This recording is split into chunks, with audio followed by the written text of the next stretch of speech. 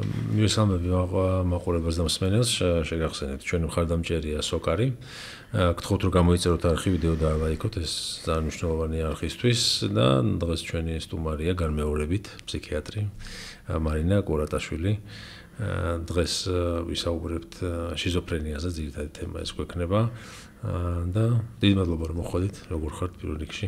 დიდი მადლობა მოწვევისთვის, ეს მართლაც ისეთი თემა, რომელზეც შეიძლება უსასრულოდ ვილაპარაკოთ და ერთი პოდკასტი ნამდვილად არ ეყოფ ამ თემის სრულად გაშლას და მაინც ვერ გავშლით ვერასოდეს, იმდენად მრავალფეროვანია ეს თემა, თან თუ გავითვალისწინებთ, რომ თვითონ ეს დაავადება არის საკმაოდ სტიგმატიზირებული, შეიძლება ყოველ ჩვენს ეპოქაში ყველაზე უფრო მეტად სტიგმატიზირებული, ამიტომ მნიშვნელოვანია ამ თემაზე მეტი ვისაუბროთ, მეტი განათლება გავავრცელოთ, მეტი სწორი წარმოდგენები გავავრცელოთ მოსახლეობაში. ხო, სასაუბრო ენაშიც ხშირად მოხსენიება ხოლმე ეს სიტყვა და რაღაცა მიმართვა ადამიანისადმი რაღაცა. დიახ, მეც ვერიდები ხომ აი შიზოფრენიკი, ხო, ეს ესეთი გამოთქმა და ნუ გიჟზე აღარ ვლაპარაკობ და ყოველთვის დამამცირებლად და ყოველთვის დისკრიმინაციულად გამოიყენება, თუმცა ეს არც ერთი ტერმინი არ არის, რა თქმა უნდა, სამედიცინო და არ უნდა ვიყენებდეთ. ითვლება ესეთ კორექტულ ტერმინად მენტალური ხო ფსიქიკური აშლილობის მქონე პირი შეიძლება ვთქვათ ან ფსიქიკური ჯანმრთელობის სერვისების მომხმარებელი იუზერებს ეს ნახეს გამახსენდა შეიძლება ალბათ ესეთი თავისუფალი ასოციაციები მე დიდხანს მუშაობდი ფსიქოსოციალური რეაბილიტაციის დღის ცენტრში ეს ჩვენი საუკუნის დასაწყისში შეიქმნა დღემდე ფუნქციონირებს და თავიდან როცა ეს იყო პირველი საქართველოში საერთოდ ესეთი სრულყოფილი შედარებით სრულყოფილი ცენტრი და პაციენტებს თხოვეთ, ანუ იყვნენ შიზოფრენიით დაავადებული ადამიანები იყვნენ ძირითადად ჩვენი პაციენტები, ვთხოვეთ რომ თვითონ ეთქვათ როგორ უნდათ მიგვემართა მათთვის, აი ეთქვათ ავატყოფი გამორიცხული იყო პაციენტი თუ იუზერი, თან აუხსენეთ რომ იუზერი ეს ამერიკული გამოთქმა და მომხმარებელს ნიშნავს და თქვენს არა გვიწოდეთ იუზერები, მომხმარებლები და მე ისიც მახსოვს ერთმა ჩვენმა პაციენტმა რომელიც მხატვარი იყო პროფესიით რეაბილიტაციის ცენტრის კარზე მიაკრა, ასე ვთქვათ, ნახატი, რაღაც ძალიან ლამაზი ნახატი და ზედ ეწერა ფსიქოოაზისი. აი ესეთი იყო დამოკიდებულება, როცა ექცეოდი ისე როგორც უნდა მოექცე ზოგადად ადამიანს, შენს თანასწორს მიუხედავად მისი დიაგნოზისა. კი, მაგასაც შევეხებით, როგორი ამ ადამიანების ყოველდღიური ცხოვრება, როგორი მიდგომა უნდა ქონდეს. დავიწყოთ თავიდან რა არის შიზოფრენია? უამრავი განმარტება არსებობს სხვადასხვა პოზიციაზე მყოფი ადამიანისა. მოდი დავიწყოთ უფრო სამეცნიერო, სამედიცინო განმარტებით, ხო? აი ესე დაახლოებით ცოტა რთული განმარტება, მაგრამ თან განმარტოთ, ანუ არა სპეციალისტისთვის რთული განმარტება. შიზოფრენია ეს არის ფსიქიკური აშლილობა, რომელიც არის ახასიათებს ქრონიკული მიმდინარეობა და პროგრედიენტული მიმდინარეობა, ხასიათდება ძირითადი ფსიქიკური ფუნქციები როგორიცაა ვთქვათ აღქმა, ყურადღება, აზროვნება, ნებელობა, ემოციები მათი აშლით, დისფუნქციონირებით და თვითონ აი ამ ფსიქიკურ ფუნქციათა შორის კოორდინაციის მოშლით და საბოლოოდ ყალიბდება კოგნიტური უნარების დეფიციტი და პიროვნების რეგრესი, მოდი ასე ვთქვათ, დეფიციტარული, გამოხატული დეფიციტარული სიმპტომატიკა პიროვნებისა.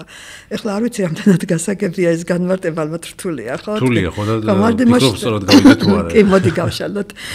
და სხვა განმარტებებიც დავუმატოთ. ქრონიკული და პროგრედიენტული ეს ნიშნავს რომ თუ დაიწყო დაავადება ძირითად შემთხვევებში მისი განმეორებების მოსალოდნელობა ძალიან მაღალი, ანუ ერთი შეტევით ნაკლებად რომ ამოიწუროს, თუმცა ესეც ხდება, მაგრამ უფრო ტიპიურია რომ განმეორება ახასიათებს, ანუ წლების მანძილზე ყურადღება ჭირდება ესეთ ადამიანს. პროგრედიენტობა ნიშნავს რომ თანდათან უარესდება ადამიანის მდგომარეობა ამ დიაგნოზით, მისი ფსიქიკური ფუნქციები თანდათან როგორ თქვა იფიტება, ხო? ფსიქიკურ ფუნქციების აშლი და მათ შორის კოორდინაციის მოშლით, ესე იგი ზიანდება აღქმა, მაგალითად აღქმა ნიშნავს როგორ აღვქვამთ გარესამყაროს, ხო, ჩვენი ხუთი გრძნობის ორგანოთი არასწორი აღქმა ხდება, მაგალითად გვესმის ისეთი ხმები, რომლებიც რეალურად არ არსებობს სამყაროში, ან გრძნობთ ისეთ გემოს, თქვა ჭამთ ვაშლს მაგალითად და გრძნობთ რაღაცა ძმრის გემოს სიტყვაზე, ხო, ანუ მოშლილია ეს ფუნქციაც, ხო? ანუ ეს აღქმის ორგანოების ფუნქცია ყველას არ არის სავალდებულო ყველასი, ნუ ამას მე თანდათან განმარტავთ, მაგრამ აღქმის ორგანოების რაღაც სწორი ფუნქციონირება ცოტა არ იყოს იშლება, არასწორი ხდება და ძალიან მნიშვნელოვანია კიდე კოორდინაციის დაკარგვა, ანუ ჰარმონიულად აღარ ფუნქციონირებენ. ეს იცით რას გავს, აი უფრო კარგად რო გავიგოთ, წარმოვიდგინოთ სიმფონიური ორკესტრი, სადაც არის უამრავი მუსიკოსი, უამრავი ინსტრუმენტი, ყველას აქვს თავისი პარტიტურა და იცის, მშვენივრად იცის ეს პარტიტურა და უკრავს, მაგრამ ორკესტრს არ ყავს დირიჟორი. და იწყებენ დაკროს. ორკესტრი როგორც ერთიანი ფსიქიკა კი, დიახ, ეს ეწამი ფსიქიკის ცალკეული ფუნქციები, რომლებიც შეიძლება ასე თუ ისე ფუნქციონირებდეს, ანუ მისი, ასე ვთქვათ, მუსიკოსი ფლობს ამ ინსტრუმენტს, ხო? აი, შეუძლია სწორად, მაგრამ დირიჟორი არ ყავს, ანუ კოორდინატორი არ ყავს მათ ერთობლივ. მუსიკა რომ შექმნას, სიმფონიური მუსიკა, რაღაც ყველამ თავის დროზე უნდა გაიჟღეროს და ურთიერთშეთანხმებლად. აი, ეს ურთიერთშეთანხმებული ჟღერადობა არ ხდება, ანუ სხვადასხვა დროს იწყებს ყველა თავისი პარტიტურის დაკვრას და ვიღებთ კაკაფონიას, ხო? ჰარმონიული მუსიკის, მაგრამ აი დაახლოებით ეს არის შიზოფრენია, ანუ მაკოორდინირებელი რაღაც იშლება, ეს ფუნქცია, რა ვიცი, რაც გინდა დავარქვათ, ხო? ანუ შეიძლება თითოეული ფუნქცია თითქოს სწორია, ფსიქიკური ფუნქცია, მაგრამ აი მაგალითად ემოციები და აზროვნება, ხო? ავიღოთ ემოციური სფერო და სააზროვნო სფერო. ადამიანი გიყვება რაღაც სამწუხარო ამბავს და იცინის. ხო, მაგრამ აქვს შესაბამისი იმით, არ არის მათ შორის კოორდინაცია. აი ძალიან ისეთი მარტივი მაგალითი. ახლა რაც შეეხება იმას, რომ თან დგება კოგნიტური დეფიციტი, აი ძალიან ტიპიურია შიზოფრენიისთვის ის, რომ ინტელექტი და ცნობიერება დასაწყისში არ ზიანდება. აი ადამიანს რაც ქონდა ცოდნა, განათლება, ის რჩება, ვერ იყენებს მათ, იმიტომ რომ სხვა ფსიქიკური ფუნქციები, ასე ვთქვათ, მოშლილია და თანდათან აი პიროვნული დეფიციტი დგება, ანუ ადამიანს ის აღარ შეუძლია, ის აღარ აინტერესებს, ის აღარ უნდა, ანუ ნეგატიურ სიმპტომებს ეძახეთ, უკვე სიმპტომებიც ვახსენე, აღარ არის ის, რაც იყო მანამდე, აი ესეთი თავისი გამოვლინებები, თავისი ინტერესები, ცურვილები და ასე შემდეგ. შეცვლილია, უფრო დაქვეითებულია. ეს განსაკუთრებით იმ შემთხვევებში, თუ შესაბამისი მოვლას არ იღებს, შესაბამის ზრუნვას არ იღებს ადამიანი. ეს რო გამოვლინდება, მე დროთა განმავლობაში უფრო ძლიერდება ეს, რომ თუ თავიდანვე ეგეთ ეფექტს იძლევა. იცით როგორ არის, რაც უფრო ხშირია შეტევები, ანუ უფრო ხშირად ხდება, ანუ აქ უკვე მიმდინარეობაზე გადადა, მართლა უამრავი რაღაცაა შიზოფრენიაზე მოსაყოლი, თუ შეიძლება იყოს როგორ ადამიანს წულობით თუ ჭირს, მე უფრო მძიმე ხდება ეს მდგომარეობა. როგორც წესი, თუ ეს შეტევები ხშირია, თან მკურნალობას არ მისდევს, სწორად ან ტოვებს მალიან საერთოდ არ იღებს წამალს, კი ეს დეფიციტარული სიმპტომატიკა, ის დეფიციტარულ სიმპტომატიკას ვეძახით, მინუს სიმპტომებს იზრდება, მაგრამ ხანდახან ხდება, რომ აი 100%-იანი არაფერი არ არის შიზოფრენიაში, ესე ვთქვათ. ხანდახან ხდება, რომ რაღაც დონეზე ეს დეფიციტი დგება, შიზოფრენიისთვის ეს ტიპიურია, რომ დეფიციტს ვიღებთ, ანუ ფსიქიკური ფუნქციების, გარკვეული ფსიქიკური ფუნქციების დეფიციტს, გამოფიტვას, მოდი ესე ვთქვათ, უფრო რომ გავიგოთ და რაღაც დონეზე ჩერდება და აღარ მატულობს. შეიძლება ესეც იყოს. ეს უფრო იქითკენ გამოსავალისკენ. თან ხანდახან ხდება, რომ ასაკის მატებასთან ერთად უფრო მსუბუქდება ეს შეტევების სიმძიმე და ნუ შინაარსი და ხარისხი. ბევრნაირია მიმდინარეობა. ზოგჯერ მიდის უფრო უარესობა. ხო, რაღაც კიდევ გეკითხათ, მინდოდა კიდევ. არა, დაასრულეთ, ხო. იცით რა, შიზოფრენია, რა არის შიზოფრენია, ახლა ეს კითხვა დაისვა, ხო, თავიდან. ამაზე კარგად მიუთითებს თვითონ შიზოფრენიის, აი ამ ტერმინის ისტორიაც, ხო? ესეც საინტერესოა. ადრე რო ახლა წინა საუკუნეებში არსებობდა ფსიქიკური აშლილობები, ყოველთვის არსებობდა ადამიანის ხნისა, ზოგადად ფსიქიკური აშლილობებიც, მაგრამ ესე ცალკე სახელები არ ერქვა. ანუ რაღაც იყო, რაღაც აშლილობა, ზოგი რას უწოდებდა, ზოგი ავისულების გამოწვევლად თვლიდა, ზოგი რა ვიცი, მაგრამ უკვე მე-19 საუკუნის ბოლოს დაიწყო დიფერენცირება ცალკეული დაავადებების და სახელების დარქმევა და პირველად მე-19 საუკუნის ბოლოს იყო ესეთი კრეპელინი, გერმანელი ექიმი, ფსიქიატრი, რომელმაც გამოყო ორი ფსიქიკური აშლილობა, ერთმანეთსაგან განაცალკევა, ეს არის ზუსტად შიზოფრენია და ბიპოლარული აშლილობა დღევანდელ ტერმინოლოგიით, მაგრამ მან შიზოფრენიას უწოდა ადრეული ჭკუასუსტობა, ნაადრევი ჭკუასუსტობა, დემენცია პრეკოქსეს ეს ჟღერდა და ამბობდა რომ აი ეს რა დაავადება, რომელი ფსიქიკური აშლება, რომელიც იწყება ადრეულ ასაკში და მალევე მთავრდება ჭკუასუსტობით. თუმცა 15 წლის შემდეგ მე თვითონაც მქონდა ესეთი შემთხვევები კრეპელინის და მე სხვა ფსიქიატრებმაც უარყვეს, გააპროტესტეს აი ესეთი განმარტება ამ აშლობის და თქვეს რომ სულაც არ იწყება ყოველთვის ადრეულ ასაკში და სულაც არ მთავრდება ჭკუასუსტობით, ხო? და ამიტომ უკვე 15 წლის შემდეგ იყო მეორე შვეიცარიელი ფსიქიატრი, თქვათ, მოდი ამ ადამიანების სახლებიც, იმიტომ რომ დიდი წვლილი აქვს ამ შიზოფრენიის კვლევაში, ვინმე ევგენი ბლოილერი, რომელმაც უწოდა შიზოფრენია. იმიტომ რაც დაინახა ეს ევგენი ბლოილერი ეს ისტორიაც საინტერესოა მაშინდელი, ანუ 100 წლის წინანდელი, მასთან ციურიხთან არის ესეთი კლინიკა, ბურგჰოლცის კლინიკა, ქვია ფსიქიატრიული. დღემდე არსებობს, რამდენადაც ვიცი და ეს ადამიანი, ეს ფსიქიატრი იქ ცხოვრობდა საერთოდ და ის სულ ამათ გარემოცვაში იყო და კარგად ხედავდა როგორ ვითარდებოდა, ანუ ნამდვილად იცოდა ეს დაავადება. მაშინ ჯერ წამლები არ არსებობდა, ანუ თავისი ნატურალური გზით მიდიოდა ეს დაავადება და თქვა რომ არა ბატონო, ეს არ არის ჭკუასუსტობა, ნაადრევი ჭკუასუსტობა, ეს არის ფსიქიკის გახლეჭა, შიზოფრენია და უწოდა შესაბამისი სახელი, ანუ შიზის ნიშნავს გახლეჭას და ფრენიკუს სულს. ანუ ფსიქიკა იხლიჩება და დღემდე დარჩა ეს სახელი, იმიტომ რომ აი ესეთი მართლა რეალურად ასახავს რა არის შიზოფრენია, რას ვქით, კოორდინაცია მოშლილი, ხო? დღემდე ჟღერს ეს თემა და სხვათა შორის აი კიდევ უფრო კარგად რო გაიგოს არა სპეციალისტმა, ესეთი ადამიანი ცხოვრობს ერთდროულად ორ სამყაროში, შიზოფრენიის გარკვეული ფორმებით დაავადებული ადამიანი. ანუ მისი ცნობიერება არ არის შეცვლილი, ისევე აღიქვამს გარემოს, რეალურ გარემოს, როგორც ნებისმიერი ჩვენთაგანი. მაგრამ აქვს კიდევ თავისი ცალკე სამყარო, რაც შექმნა აი ამ ფსიქიკური აშლობის შედეგად შეექმნა მისი წარმოდგენები, მისი ხილვები, მისი ხედვები და ორივე სამყარო მისთვის არის რეალური. როდესაც არის გამწვავებული მდგომარეობა განსაკუთრებით ხო და კიდევ რაღაც აზრები მოდის ისეთ რაღაც ეჭვები ძლიერდება და ნობოდვები და ასე შემდეგ, მაშინ რა თქმა უნდა ჭარბობს ის მეორე სამყარო.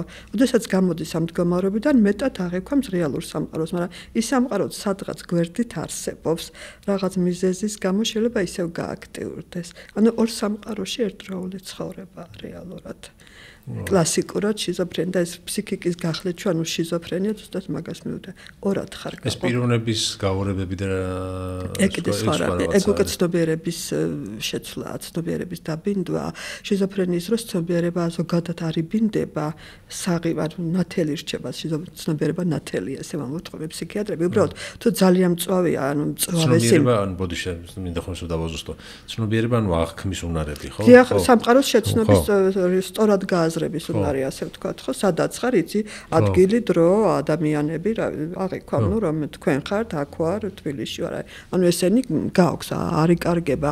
უბრალოდ, როდესაც ძალიან მწვავე ფსიქოზია, ხო, ანუ გამწვავებულია, მაშინ რაღაცნაირად ვიწროვდება ეს ცნობიერება, შეიძლება ესე ვთქვათ, ანუ რაღაც აი მეორე სამყაროს კუთხით აღიქვამს ყველაფერს. თუმცა იცის, რომ ეხლა ერთი პაციენტი მახსენდება ჩემს ახალგაზრდობაში 100-იანზე არსებობდა ჯერ კიდევ ფსიქიატრიული, ამბობდა რომ მან შექმნა სამყარო, აქვს მილიონები, ყველას გვპირდებოდა რომ გაჩუქებდა რაღაც დიდ სიმდიდრეს ეს ექიმებს და შემოვიდოდა ხოლმე და ექიმს ეხვეწებოდა, ექიმო გამათავისუფლეთ რა ეს სიტყვა, გამათავისუფლეთ, გამწერეთ კი არა, ძალიან მნიშვნელოვანია პაციენტებიდან და ვეუბნეოდეთ რომ კაი ხარ, ჩვენ რას გვეხვეწები, მდიდარი ხარ სამყაროში შექმნილი, მიდი რა გაინთავისუფლე თავი, დაიწყებდა ხოლმე სიცილს, ანუ აი ნახეთ, ორივე სამყაროში იყო, იცოდა რომ ნუ ექიმის გარეშე ვერ გავიდოდა და სხვა ადამიანების გარეშე სავატყოფიდან, მაგრამ ისიც სჯეროდა რომ მდიდარი იყო და რაღაც სამყაროს ატრიალებდა. აი ეს არის ტიპიური მაგალითი კიდე ერთ-ერთი, ორივეში იყო.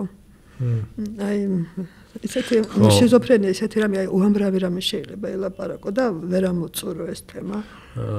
ბიპოლარული აშლობაც ახსენეთ და ანუ ეს საერთოდ სხვა რაღაცა არის თუ შიზოფრენიის ნაწილია? არა, ნაწილი არ არის შიზოფრენიის, ორი სხვადასხვა აშლილობა და ცალკეც არის კლასიფიცირებული. ორივე არის ფსიქოზური რეგისტრიც, მოდი ესე ვთქვათ. ეს ბიპოლარული რა არის? ხო, ოღონდ ბიპოლარული აშლილობა ეს არის უფრო ემოციური სფეროს, აფექტური სფეროს აშლილობა, შიზოფრენია არის უფრო ღრმა აშლილობა. ანუ შიზოფრენიის დროს დარღვევები უფრო ღრმაა, ვიდრე ბიპოლარული აშლილობის დროს. ეს ერთი განსხვავება.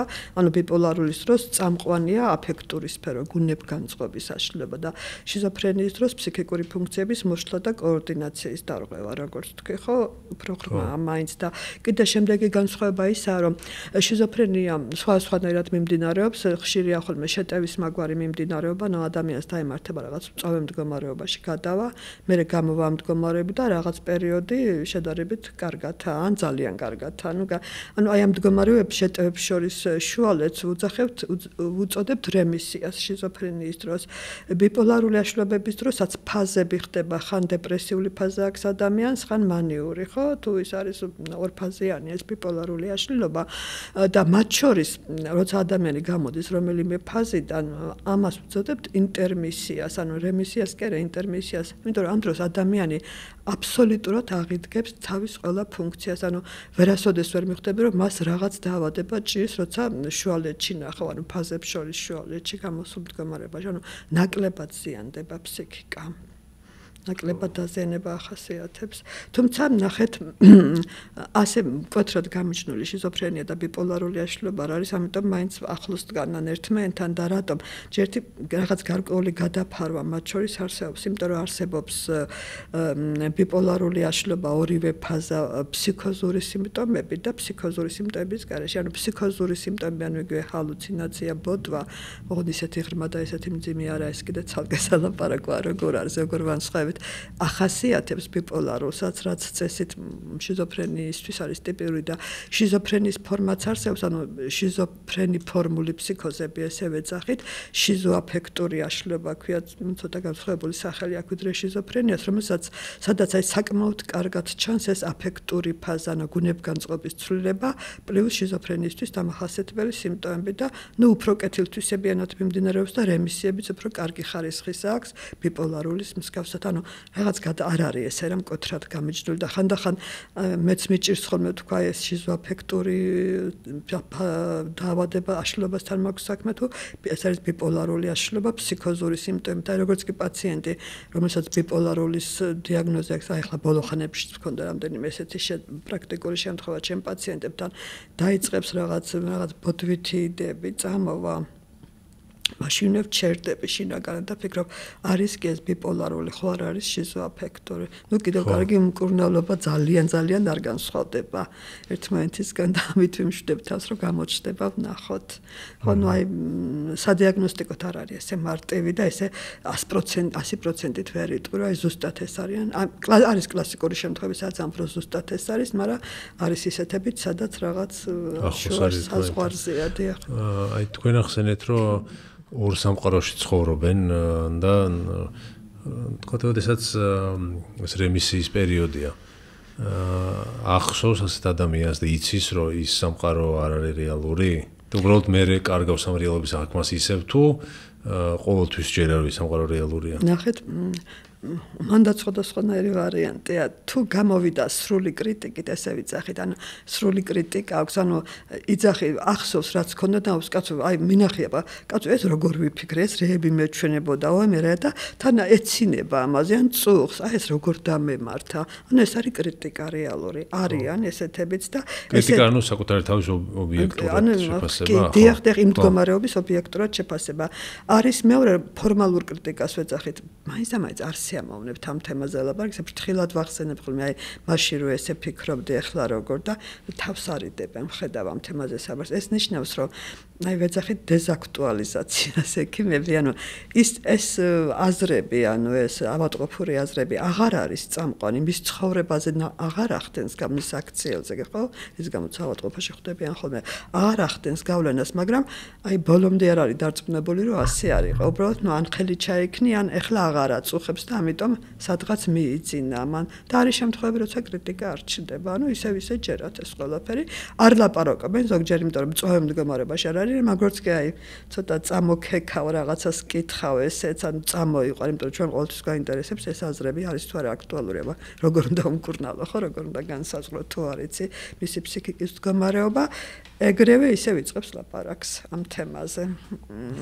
თუმცა ჩვეულებრივ საუბარში არ ახსენებს.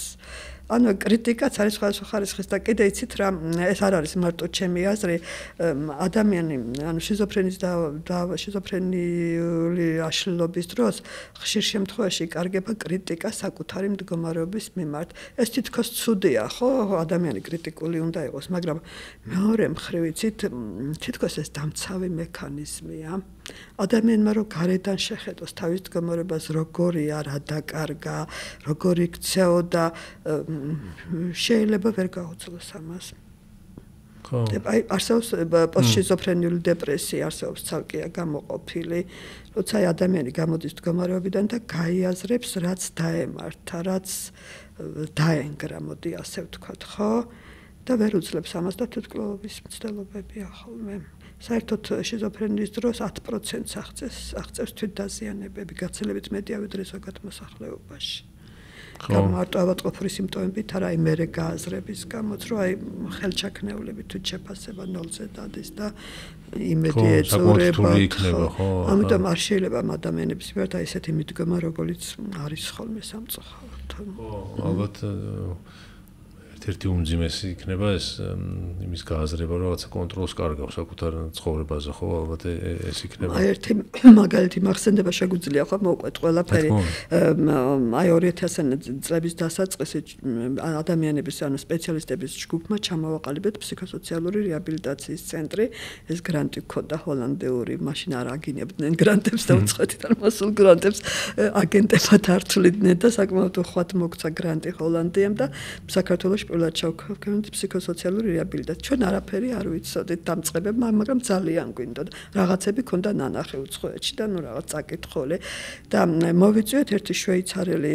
სპეციალისტი, ფსიქოთერაპევტი, რომელსაც ქონდა შექმნილი ესეთი მეთოდიკა იქიდან იყო რა ქვია დედაქალაქიდან ბერნიდან ეს კაცი რომელიც შიზოფრენიის დაავადებულებების დაკარგული უნარების აღდგენას ემსახურებოდა რასაც წამალი ვერ აკეთებს და ამაზე მე კიდევ ვილაპარაკებ და სპეციალური სატრენინგო მეთოდებით ხდება ანუ კოგნიტურ ფუნქციებს ანუ შემეცნების ფუნქციებს აღადგენდა რაც ზიანდება შიზოფრენიის დროს და ესეთ ამბავს მოგვიყვა რომ ჩვენ პირველად ამ მეთოდის გამოყენებაო დავიწყეთო ეს ხდება ბერნში როგორც გითხარით საუნივერსიტეტო კლინიკაში ისეთ პაციენტებთან რომლებიც წლობით იწვნენ გაუწერავადო კლინიკაში 80-იანი წლების დასაწყისია იქაც არიან ესეთი პაციენტები და ნუ ეს ჯგუფი შევქმნითო და ასე ვთქვათ ვატრენინგებდითო და ამ ჯგუფის ერთ-ერთმა წევრმა რომელიც 20 წელი იწვაო გაუწერავადო საავადმყოფოში და ჩავსითო სადაო თვითმკვლელობაო და ნუ ძალიან შევწუხდით ვიფიქრეთ რომ ნუ აი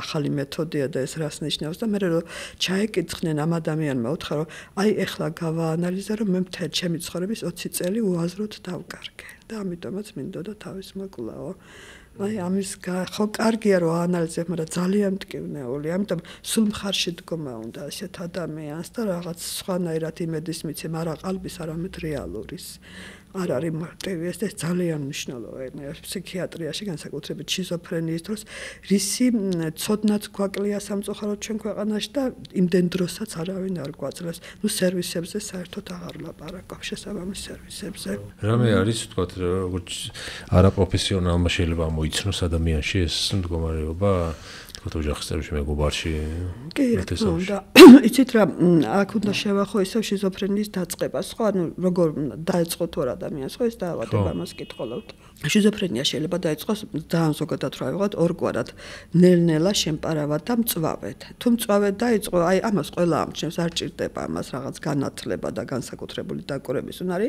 ერთი კვირის წინ ადამიანი იყო სულ სხვა ერთი კვირის მერე ეს აბსოლუტურად სხვა რაღაც უცნაურ რაღაცებს ლაპარაკობს უცნაურად იქცევა აგრესიული ხდება არ ძინავს ვინც უყვარდა იმათ ეჩხუბება რაღაც უცნაურ რაღაცებს აბრალებს უცნაური ინტერესები უჩნდება აი საერთოდ სხვა ადამიანია შენ თვალწინ. რა თქმა უნდა, მაშინ მეიფიქრებ, რომ რაღაც ფსიქიკა შეერღა ამ ადამიანს. ანუ ეს მარტივია, როცა მწვავედ იწყება, სწრაფად ხდება ამ ყველაფრის გამოვლინება. თუმცა მე რადგან დიდი ხნის სტაჟი მაქვს და ბევრნაირ ადამიანს შევხვდები, არ ამ დაავადებით, თუ ძალიან კარგად ჩაეკითხები გაქამის თავი და დრო ექიმს, ხომ?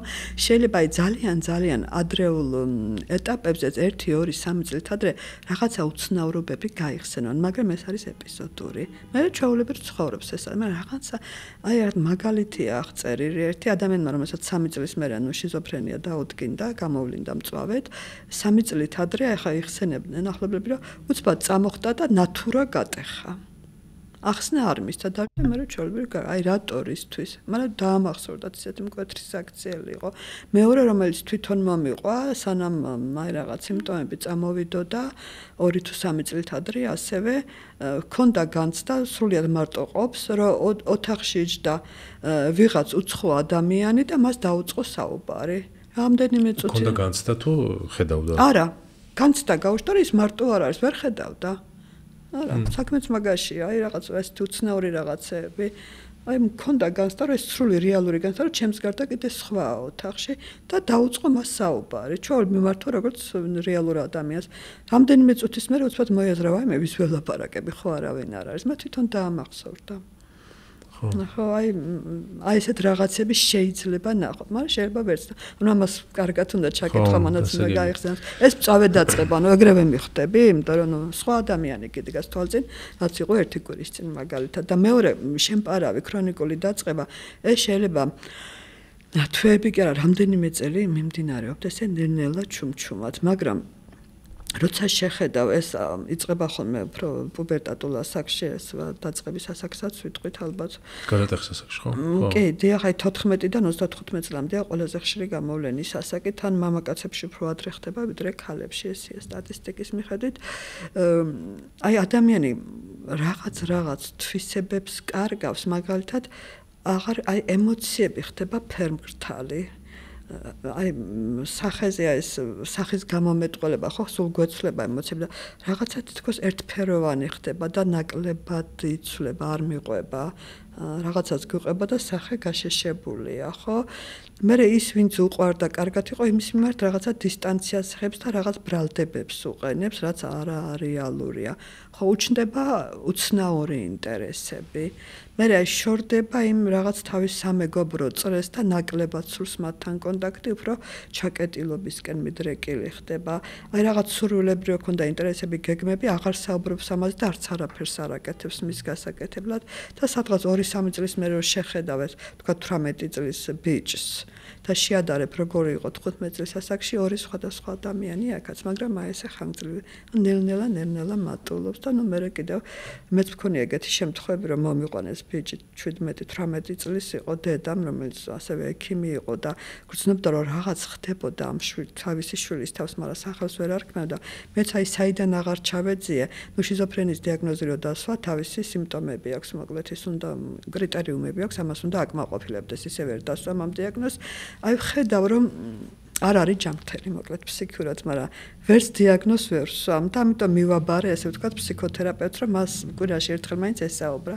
რამოდენიმე თვის მერე მოიცა მწვავე შიზოფრენიული ეპიზოდი. ანუ აი ამას გერმანელი ფსიქიატრები ეძახოდნენ პრეკოქსგეფული, აი ესეთ გერმანული სიტყვა გეფილ არის შეგარო წინასწარი შეგრძნობა დაავადების, მაგრამ ვერ ამტკიცებ. ხა ესეც არის, ანუ არ არის მარტივი. გამომწვევი მიზეზები ცნობილია? კი, უბრალოდ ცნობილისა და არც არის ცნობილი, ანუ ეს არის მულტიფაქტორული გამომწვევი. ეს არის სადღეისო მდგომარეობა ამ დაავადებისა. მულტიფაქტორული ნიშნავს, რომ თანაბრად მნიშვნელოვანია, ან მეტნაკლებად თანაბრად მნიშვნელოვანია ბიოლოგიური, ფსიქოლოგიური და სოციალური, ბიოფსიქოსოციალური მიდგომა არსებობს შიზოფრენიასთან დაკავშირებით. ანუ ერთ მიზეზს ვერ ნახულობენ შიზოფრენიის. გენეტიკურიც არის? გენეტიკა მნიშვნელოვან როლს თამაშობს და დათვლილიცაა პროცენტები, ანუ გენეტიკური ლაპარაკობთ მიდრეკილებაზე და არა გენეტიკურად გადაცემულ დაავადებაზე, იმიტომ რაღაც გენი, რომელიც უშუალოდ პასუხისმგებელია შიზოფრენიაზე, არ არის აღმოჩენილი. მთელი რიგი წყებაა გენების აღმოჩენილი, კიდევ მიმდინარეობს ამაზე, რა თქმა უნდა, კვლევები და სულ ახალ და ახალ მონაცემებს დებენ. აი, ბოლო მონაცემები, რაც მოვისმინე, უფრო ისეთ გენებზე ალაპარაკი, რომელიც აი თავის ტვინის ნეირონებთან არის კავშირში, ანუ მაინც თავის ტვინის დაავადებად ითვლება, ხო, ფსიქიკური აშლილობები. ანუ მრავალფაქტორულია. გენეტიკის გარდა არის თქვათ ორსულობის პერიოდში დედამ თუ რაღაც ინფექცია გადაეტანა, ვირუსები ძალიან არასასიამოვნოა ორსულობის დროს, ან მშობიარობის დროს თუ რამე დაზიანება მიიღო ნაყოფა, თქვათ მძიმე ასფიქსიაში დაიბადა, რაღაც სხვა ტრავმები მიიღო, ხო?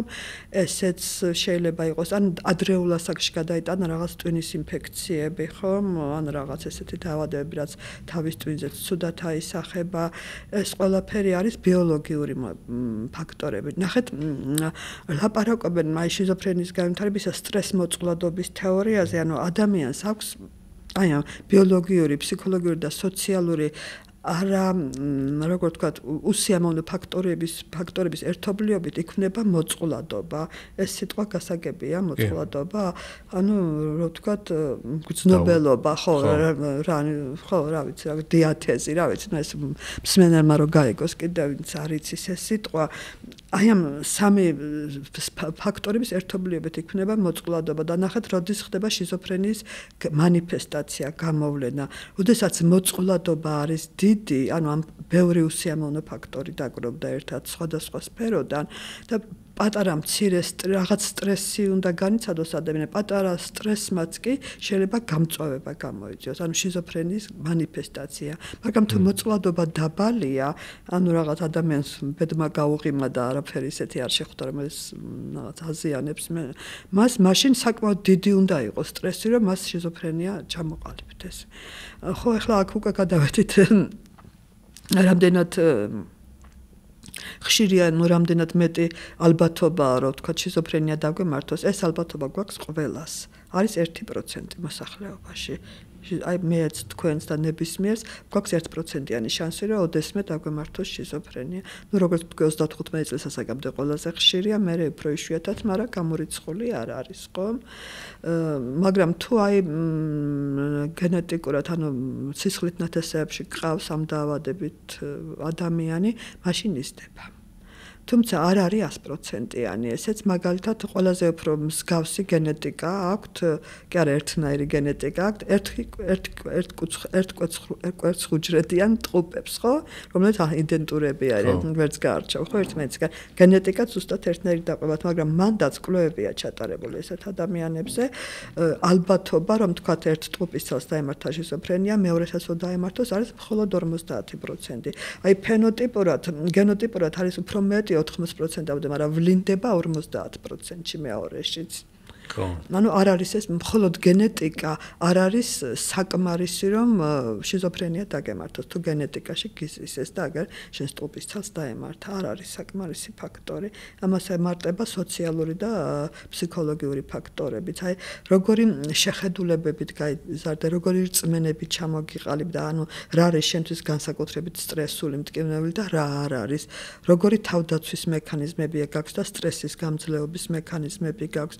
კიდე ძალიან ისეთი უცნაურია, მაგრამ აი დაიბადე ცხოვრობ ქალაქში თუ სოფელში, ხო? ქალაქში უფრო ხშირად ემართებათ ქალაქის მაცხოვრებლებს, ვიდრე სოფლის მაცხოვრებლებს, გასაგებია და ეკოლოგია და ასე შემდეგ, ხო? ეს სტრესები. კი, ქალაქის ეს ცნობილია კვლევებით დადასტურებული, ასე როგორი სოციალური ეკონომიური სტატუსი გაქვს. ეკოლოგია, ანუ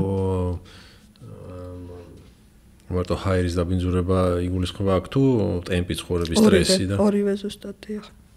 ქალაქი ეგ არის, ხო? ასევე ვთქვათ მიგრანტებს, ტოლვილებს და შემდეგ უფრო ხშირად ემართებათ გასაგებია, ხო, სოციოეკონომიური სტატუსი გარკვეულ როლს თამაშობს. ხო, და სტრესიც ალბათ და ხო, ახალ გარემოში მოხვედრის სტრესი და მაღალი. იმიტომ რომ თუ მოწყვლადობა შედარებით მაღალია, ეს სტრესი უკვე საკმარისია.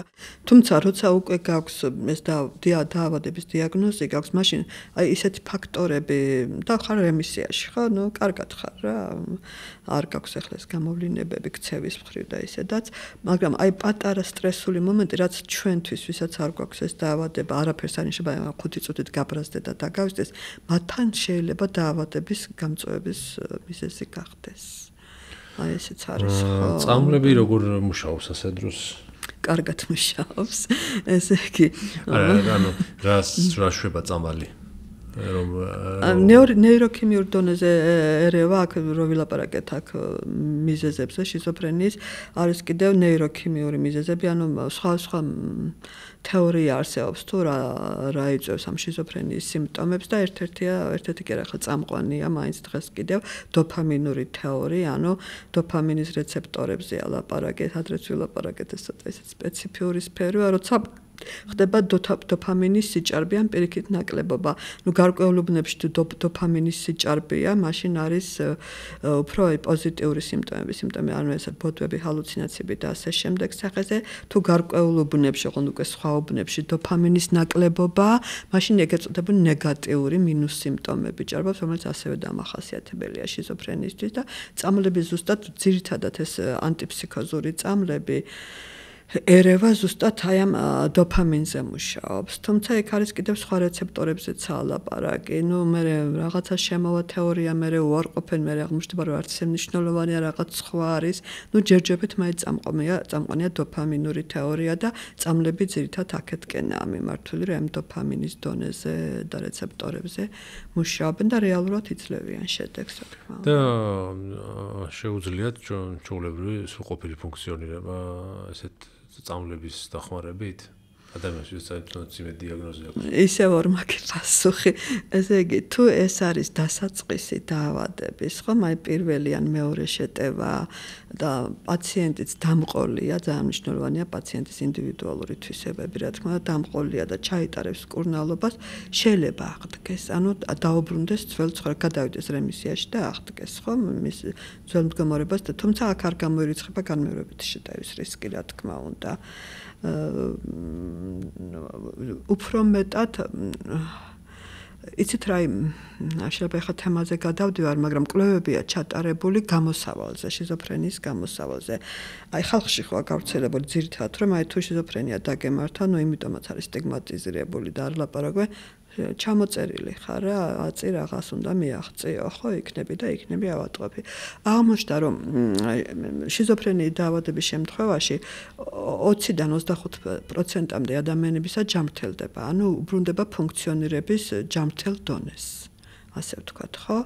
დაახლოებით ესეთი 20%-მდე რაც გინდა ასე ძალისხმევა ჩადო, მაინც არ გამოდის მდგომარეობიდან, ასე ვთქვათ, მაინც ესე როგორც კლასიკურად მიდის პროგრედიენტულად მიდის, ესე ავთვისებიან მიმდინარეობას ვეძახდით ხოლმე, ახლა იშვიათად ხმარობთ ამ სიტყვას. მაინც არ გემორჩილება, რაღაც დონეზეა სტაბილურებ, მაგრამ ნუ ისე ვერა რომ აღადგინო ფუნქციონირება და დანარჩენი ალბათ ერთ 55-60% ალბათ რაც დარჩა არის ეს შუალედური ფორმები, რომლებიც კი ემართებათ პერიოდულად მიდრეკილები არიან გამწვავებისკენ მდგომარეობის, მაგრამ შუალედში არიან რემისიის მდგომარეობაში, ანუ მეტნაკლებად მათი ფუნქციონირება აღდგენილია. ეს შეიძლება იყოს სიმპტომების სრული ნიველირება, გაქრობა, ან რაღაც რეზიდუალური ნარჩენი სიმპტომები დარჩეს, მაგრამ ფუნქციონირებაში ნაკლებად უშლიდეს ხელს, თუმცა მე ეს თუ კოგნიტური დეფიციტის დაემატათ ან გამოხატული, ნუ იქ რაღაც სხვა პირობები შექმნა უნდა ესეთ ადამიანს, რომ ფუნქციონირება შეძლოს.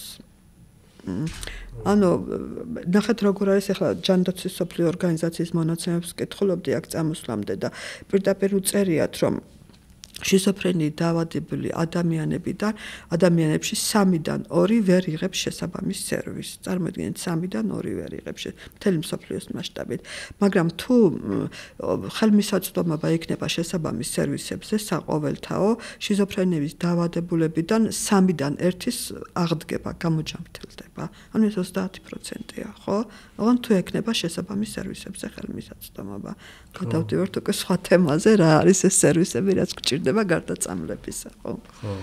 რა არის კიდე ეს თუ შეიძლება მოკლედ კი, აი მოკლედ, იცით რა, ეს არის ეგრეთ წოდებული სათემო სერვისები, კომუნალური სერვისები, ანუ რა არის ძირითადად ხო ფსიქიატრიული მომსახურებაში ეს არის საავადმყოფო ფსიქიატრიული კლინიკა და ამბულატორია სადაც აი ესე თვეში ერთხელ საშუალოდ მიდიან ადამიანები ექიმი ნახულობს წამლებს უნიშნავს ეს არ არის საკმარისი აი ოდესაც მწვავე მდგომარეობიდან გამოდის ადამიანი რო დაუბრუნდეს თავის სრულფასოვან ჩვეულ ცხოვრებას გჭირდება ხიდური აი შეხიდება ჭირდება ხო ეს ქართული სიტყვა ისეთი სერვისები რომლებიც აი მის იმ დანაკლის რაც განიცადეს ამ ავადმყოფობის გამო თანდათან შეავსებს და დააკომპენსირებს ეს არის ეგრეთ წოდებული სათემო სერვისები ეს არის სარეაბილიტაციო ცენტრები დაცული სამუშაო ადგილები საცხოვრისები დაცული საცხოვრისები კლუბური სახლები და ასე შემდეგ დაცული აიგულისხმება საცხოვრისებში ეს არის ადგილი სამუშაოც ან საცხოვრისი კიდე ერთი დიდი თემა მაგ სტუდენტებს ცალკე იმათ უკითხავთ ხომ ლექციად ახეთ აი ჩემი პაციენტი ერთი ამაზე გეტყვით რომელმაც გამოვიდა მდგომარეობიდან რეაბილიტაციის ცენტრი გითხრათ რომ ესე გაკეთა 25 წლის წინ თბილისში აქ დადიოდა ისწავლა ხეზე ჭრა მშვენივრად და ნიჭიც აღმოვაჩნდა ანუ ხეზე და დაიწყო მე ამის მერე გადაწყვიტა ემუშავა კარგად იყო და ავეჯის საამქროში სადღაც კერძო საამქროში დაიწყო მუშაობა აკეთებდა აი ამ ავეჯის რესტავრაციას თუ დამზადებას შეეძლო ხეზე მუშაობა მაგრამ რამოდენიმე თვის მერე წამოვიდა და რა ვკითხე რატო წამოვიდა დღეში 10-12 საათი უნდა მემუშავაო და კვირაში ერთი დღე მქონდა დასვენებაო ნუ ვერ შეეძლო მისი ფსიქიკისთვის ეს მეტი იყო აი ამის მაგალითზე რისი ილუსტრირება მითხრა რომ მინდა რომ ადამიანი რომელსაც ეს დაავადება გადაიტანა და კარგადაა ხო უკვე რაღაცნაირად კრიტიკაც აქვს და გამოსულია რა თქმა უნდა შრომაში ჩართვა ეს მნიშვნელოვანია მისთვის რომ თავისი ადგილი პოვოს და ნუ ფული ჭირდება ელემენტარულად მაგრამ ჯამთელი ადამიანებს თავიდან კონკურენციას ვერ გაუწევს. ანუ უნდა შექმნეს სოფლიოს უამრავ ქვეყანაში მინახე ესეთები დაცული სამუშაო ადგილი. ნახეთ როგორ აქ პირველი ეტაპია. მუშაობენ 4 საათი, იქ არის სოციალური მუშაკი და შრომის ინსტრუქტორი, რომელიც რაღაც გარკვეულ ხელობას ასწავლის თვით ჩეხეთში ვნახე ეს 2000-იანების დასაწყისში. ყვავილების რაღაც გვირგვინებს და რაღაცებს აკეთებდნენ ეს პაციენტები, მეორეგან თოჯინებს და ასე შემდეგ. ანუ ასწავლის ხელობას თან 4 საათი მუშაობენ მხოლოდ დღეში და სოციალური მუშაკი ყავთ კიდე რომელიც ინდივიდუალურ გეგმას უდგენს, იმიტომ რომ სხვადასხვა უნარებს ამჟღავნებენ ხო ესენს და სხვადასხვა ტემპით მუშაობენ, რომ მისთვის კომფორტული იყოს. პლუს აძლევენ ხელფასს ამაში და თუ პენსია აქვს, ხო ეგ ზოგ ქვეყანაში კანონმდებლობით არის თქვა რამდენ ფულად ერთეულზე მეტი არ უნდა იყოს. თუ რაღაცა თქვათ 500 ლარია სიტყვაზე, ასე თქვათ, ზედაზღვარი, ადამიანს აქვს 250 ლარი პენსია, 250 ლარი შეუძლიათ დაამატონ ხელფასის სახით, იმის იქით არა. ანუ ეს ადამიანი აქ ოსტატდება რამდენიმე თვეა, მერე უძებნიან ჩვეულებრივ გარემოში სამუშაო ადგილს. ეს ნახეთ როგორ ხდება იმ ორგანიზაციებს ჩვეულებრივ საწარმოებს თუ რაც არის ხო, სადაც აი ისეთი სამუშაო ადგილები აქვთ, აი უბრალო, ასე ვთქვათ, დაბალ ანაზღაურებადი და ნაკლებ პრესტიჟული სამუშაო ადგილები ეუბნებიან ეს სოციმუშაკები, რომ მოდით ჩემ პაციენტებს დავასაქმებ, მათ წინასწარ ვასწავლე აი ამას რაც ევალებათ და თუ რამე გაუჭირდებათ, მე დავეხმარებიან მე ჩავანაცვლებ და ვიღაცები თანხმდებიან ამაზე, ანუ მოიძებნება ეს ადგილები და ეს უკვე გარკვეულად დატრენინგებული ადამიანები გადადიან ამ ჩვეულ სამუშაო ადგილზე. ოღონდ ეს არის დახმარებით, ანუ სოციალური მუშაკი აკითხავს, ნახულობს როგორ არის თუ რამე პრობლემა წარმოექმნა, ეხმარება ამის გამოსწორებაში, უკვე მუშაობს ჩვეულებრივი 8 საათი. ან შეიძლება ერთი ადგილი ორად გაიყოს და 2 პაციენტი დაასაქმო 4-4 საათი, ანუ გააჩნია. მაგრამ საწარმო ზიანი არ ადგება, ანუ სოციალური მუშაკი სულ ზრუნავს იმაზე, რომ ის საქმე გაკეთდეს, თუ პაციენტი რაღაცის გამო ვერ გააკეთებს, თვითონ აკეთებს იმ საქმეს და ანუ საწარმოს ყავს მუშახელი, იქ დასაქმებული სადაც დიდი გადინება იყო და ვერ ნახულობდა და პაციენტი იღებს გამოცდილებას ჩვეულ სამუშაო გარემოში, როგორ იყოს ეჩვევა ესეთ გარემოს. და მერე სულ ბოლო ეტაპია თვითონ გადის სამუშაო ბაზარზე და დამოუკიდებლად კონკურენტუნარიანი ხდება. ანუ ეს ეტაპები უნდა გაიაროს, რომ გახდეს აი ის ჩემ პაციენტს რო ეს ეტაპები გაევლო, შეიძლება ეს 10 საათიანი სამუშაოც შესძლებოდა და გაეკეთებინა. პირდაპირ გადახტომა, აი წავი მდგომარეობიდან ესეთ კონკურენტიან გარემოშთან ესეთ მძიმეში ხშირად არ გამოდის. აი ესეთი სერვისებს ძლება და უამრავი კიდე ესეთი მაგალითის მოყვანა შეიძლება. ხო, ანუ საზოგადოებასაც ძალიან დიდი როლი აქვს და მნიშვნელობა. და იცით რა ინსტიტუციურად უნდა იყოს ეს გააზრებული და გაკეთებული, არ ხდება. კი ალაპარაკი, მაგრამ დეკლარაციის დონეზე სამწუხაროდ. კიდე გამოწვევ მიზეზებში სტრესი ვახსენეთ და აქ ვთქვათ ალკოჰოლი, ნარკოტიკები, ვთქვათ სხვა ეს მიდრეკილებებიც ახდენს პროვოცირებას. რა თქმა უნდა, ერთ-ერთი გამომწვევი ფაქტორია. აი მარიხუანაზე ხშირად მარიხუანა ხო ესეთია, რამე სიგარეტით მოხმარებადი ნარკოტიკია სამწუხაროდ და არ ჯერათ რომ შეიძლება რამე ზიანი მოგიტანოს. კი ახლა ბატონო არის შემ თუ არ გაქვს არანაირი მოწყვლადობა ძალიან დაბალია.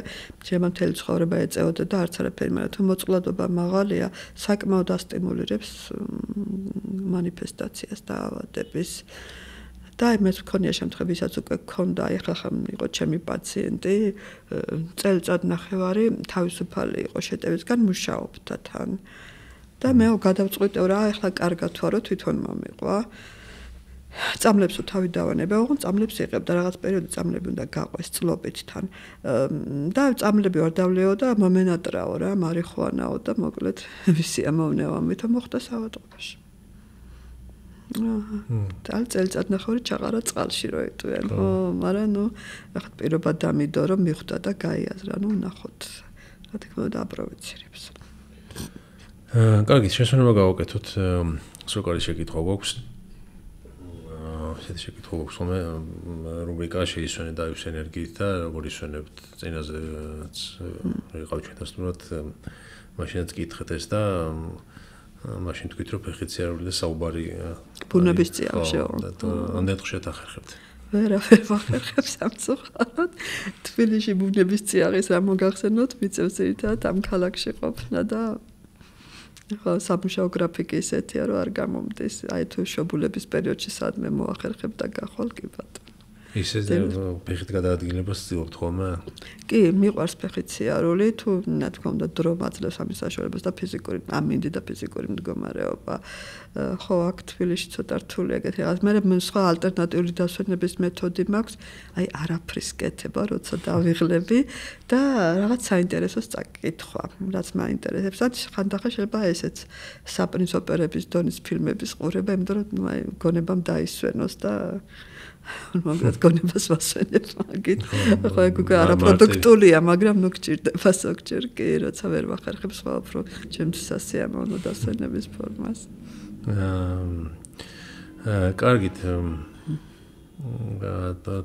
ზოგადად თემებზე რო გადავიდეთ, რამე იყო კიდე საკითხი შეიძლება შევეხოთ და იცით რა, საზოგადოების დამოკიდებულება და ცრურწმენები ძალიან უშლიან ხელს ესეთ ადამიანებს, ხო, რომ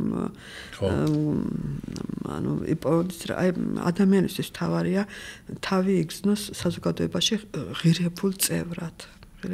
აი სტიგმა ამაში უშლის ხელს აი თუ ადამიანი აი რატომ არის სტიგმატიზირებული ეს დაავადება როგორც კი გაიგებენ ადამიანი მკურნალობდა ფსიქიატრიულ საავადმყოფოში და თან დაუსვეს შიზოფრენიის დიაგნოზი აი უი ნუ იწყება უი ანუ აი თან შეცოდება თან შეშფოთება იმიტომ რომ ოჯახიც ძალიან გაურბის ამ დიაგნოზის მოსმენას და თვითონ პაციენტებიც აი რომ მეკითხე მე მაგალითად არ მალავ ხოლმე თუ მეკითხებიან ვეუბნები დიაგნოზს ну გაჩნია ხარა თუ ძალიან მწვავეა ეგ აზრი არ აქვს მე უკვე როცა გააზრება უნდა თამისი როდესაც ეტყვი დიაგნოზს იქვე უნდა მისცე იმედი ანუ თან ეს იმედი არ არის ყალბი უნდა ვთქვა რომ ამ დაავადების მართვა მართვა შესაძლებელია და მართლა შესაძლებელია ამ დაავადების მართვა და შეიძლება ვერც ვერავინ ვერ შეგამჩნიოს რომ ეს დიაგნოზი დაგესვეს ოდესღაც თუ მიყვები და სწორად მართავ და თუ არ არის აი ეს 20% რომ ათვისებიანს რომ ვეძახით და ესეც რეზისტენტულ ფორმებს ხო დანარჩენ 80%-ში შესაძლებელია არ იყოს შესამჩნევი შენი დიაგნოზი და 20-25%-ში პირიქით მიაღწიო აი ნახეთ გამოჯამრთელებას კითხებია ხოლმე რამ გამოიწვია როცა პირველად ესმება ადამიანს ეს დიაგნოზი ოჯახის წევრებიდან რატომ გახდავთ ანუ რა იყო მიზეზი და მეორე გამოვა მდგომარეობიდან საერთოდ გამოჯამრთელდება იცით რა გააჩნია როგორ გვესმის ეს გამოჯამრთელება დღეს ვლაპარაკობთ არა გამოჯამრთელებაზე ხა ესეც 21 საუკუნის ტერმინი არამედ აღდგენაზე შიზოფრენიის დროს მძიმე ფსიქოზების დროს აღდგენა recovery-ის თეორია რაც ნიშნავს რომ ადამიანმა მნიშვნელოვნად მცირდება დამახასიათებელი სიმპტომები ან იხსნება, თუმცა შეიძლება ბოლომდე არ მოიხსნას, მაგრამ მნიშვნელოვნად მცირდება.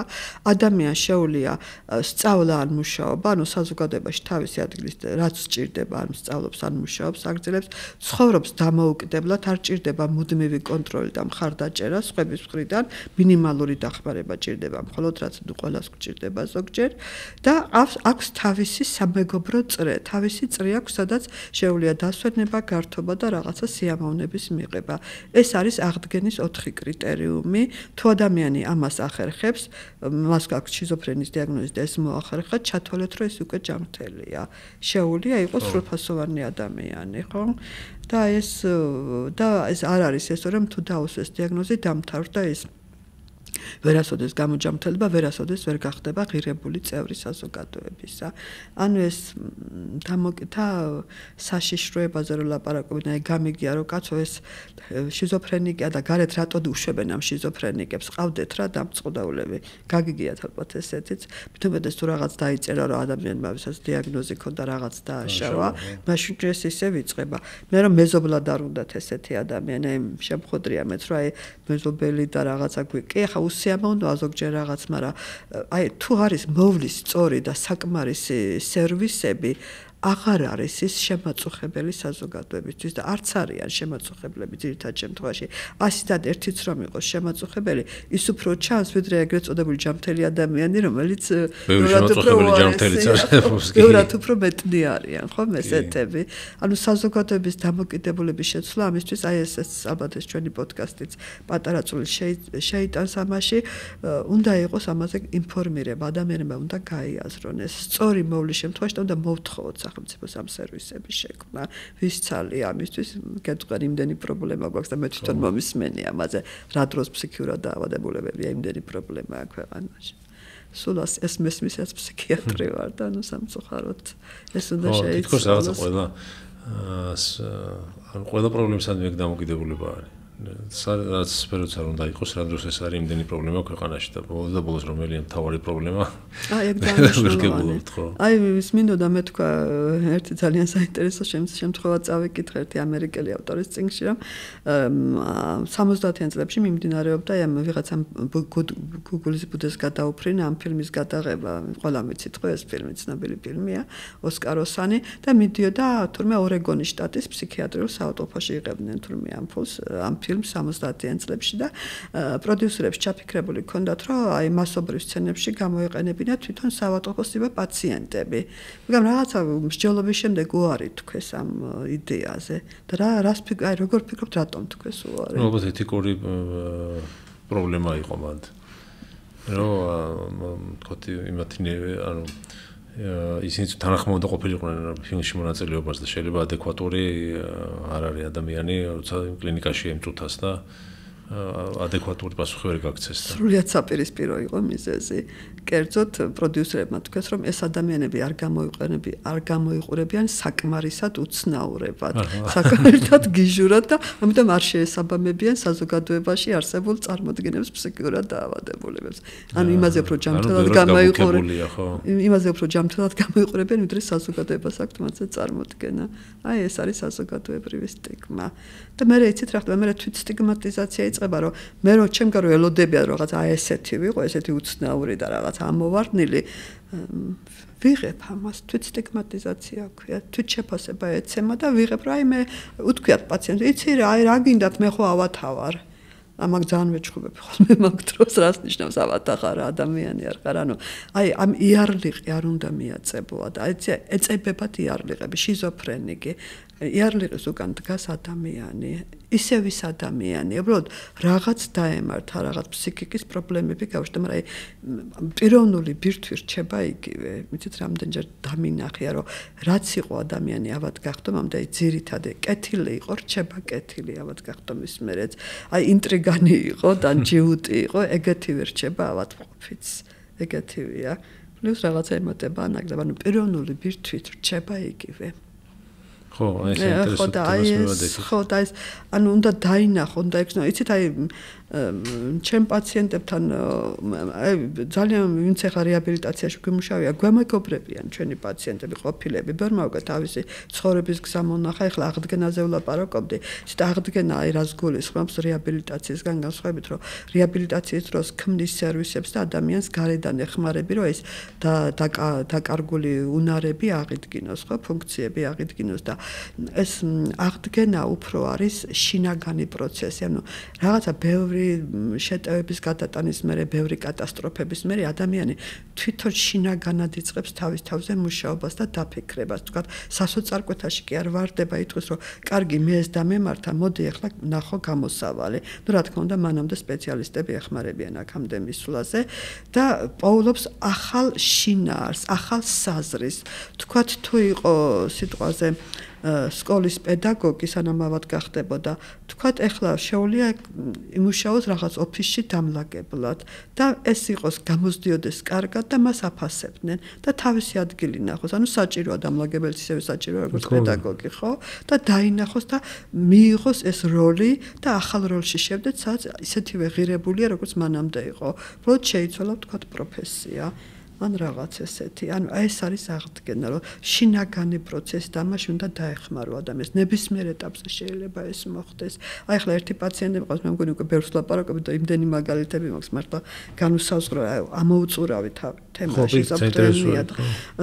რომელმაც დაიწყო საკმაოდ მძიმე სიმპტომატიკა ჰქონდა, მინდა გითხრათ ეს შიზოფრენიული და მე რაღაცნაირად ცოტა გამოვიდა მდგომარეობიდან, დაიწყო მუშაობა უბრალოდ ჭურჭლის მრეცხავად ერთ-ერთ კვებით დაწესებულებაში და მე მიყვება ხოლმე რომ აი რაღაცა არ მოსწონს კოლეგების რაღაც უხეშობები, ხო? აი რაღაც გამონათქვამები, რაღაც ქცევები, ახლა როგორც ხდება ხოლმე რა რაღაც ისეთი არა თავაზიანი რაღაც შეპასუხებები და რაღაცა და ეჩხუბება ხოლმე ერთი რაც პრობლემა აქვს, ამათ საყვედურს აძლევს ხოლმე რომ წესიერად ილაპარაკეთ, წესიერად მოიქეცით და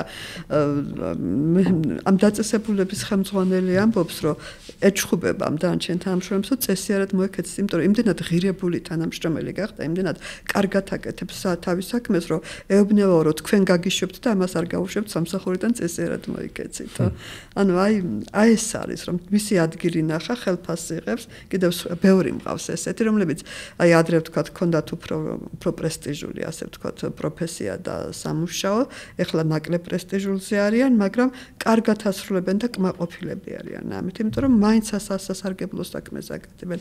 ამის რომ იყო საზოგადოების ღირსეული წევრი და შენი ადგილი ქონდეს, არის ყველაზე მთავარი ამ ადამიანებისთვის. ზუსტად აქ ხდებათ ხოლმე წინაღობა. თუნდაც ის რომ არ უქმნიან, ვთქვათ, ამუშავებენ 10 საათს ან 12 საათს დღეში, ნუ ვერ უძლებენ, უნდა მივიდნენ აქამდე და მე ხდებიან ესე უაზრო უშინაარსო ცხოვრება და ყველა ადამიანისთვის ესეა რომ და მე თვითმკვლელობლებიც უფრო მეტია ესეთ ადამიანებში და შემდეგ სხვა კიდე და უფრო ხდება დეგრადაცია, იმიტომ რომ არაფერს არ გთხოვენ, არაფრით არ ხარ დაკავებული, გაჩერებული ხარ, გაჩერება არ ხდება, ან წინ მიდიხარ, ან უკან ხო ადამიანი.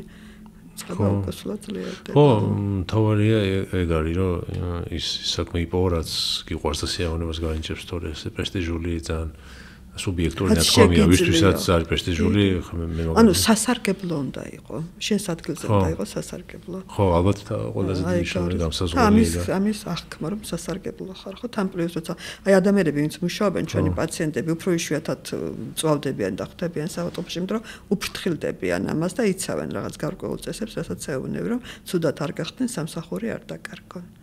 ანუ ძალიან მნიშვნელოვანი ეს შევძლოთ და ეს მოვახერხოთ.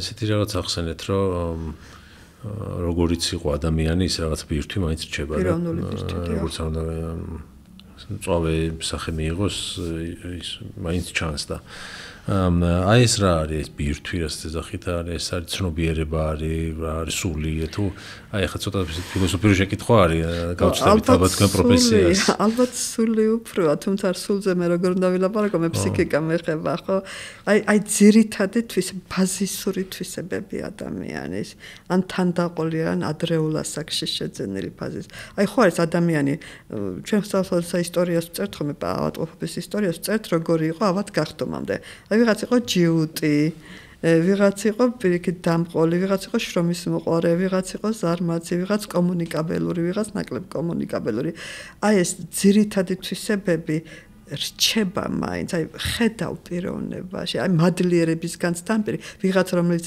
მადლიერებით იღებს ყველაფერს და ვიღაცა რომელიც მხოლოდ სხვებისგან მოითხოვს და თვითონ გაცემა არ მიაჩნია საჭიროდ და პირიქით პრეტენზიები აქვს სამყაროზე რჩებიან ესეთებად ავადგახდომის მერეც ხო და ეს ესე იგი კიდე ეს თვისებები კიდე ტვინის რაღაც ნაწილში ინახება რომელიც ვერ ეხება თუ მასე არა საერთოდ ტვინში კი ანუ თავი შეკითხვა რაც არის რომ ცნობია თქვენი დაკვირვებით ეხლა ეს დღემდე მიდის დავა ამაზე და განსხვავებული მოსაზრებები არსებობს ну მეცნიერები უფრო იქით იხრება რომ ცნობიერიც ტვინის რაღაც ნაწილია მაგრამ ну ამის მტკიცებულებებიც ჯერ არ არსებობს ყოველ შემთხვევაში როგორც მე ვიცი თქვენი გამოცდილებით და შეხედულებით როგორ არის ეს ცნობიერებაც არის ესეთი ჩვეულებრივი ტვინის ნაყოფი თუ კიდე უფრო იცით რა ტვინის ჯამთელი ტვინის ხო ჯამთელი ანუ ბიოლოგიურად და ფიზიოლოგიურად ჯამთელი ტვინის გარეშე ჯამთელი ანუ საღი ცნობიერება ალბათ არ გვაქვს მაგრამ რამდენად არის მხოლოდ ტვინის ნაყოფი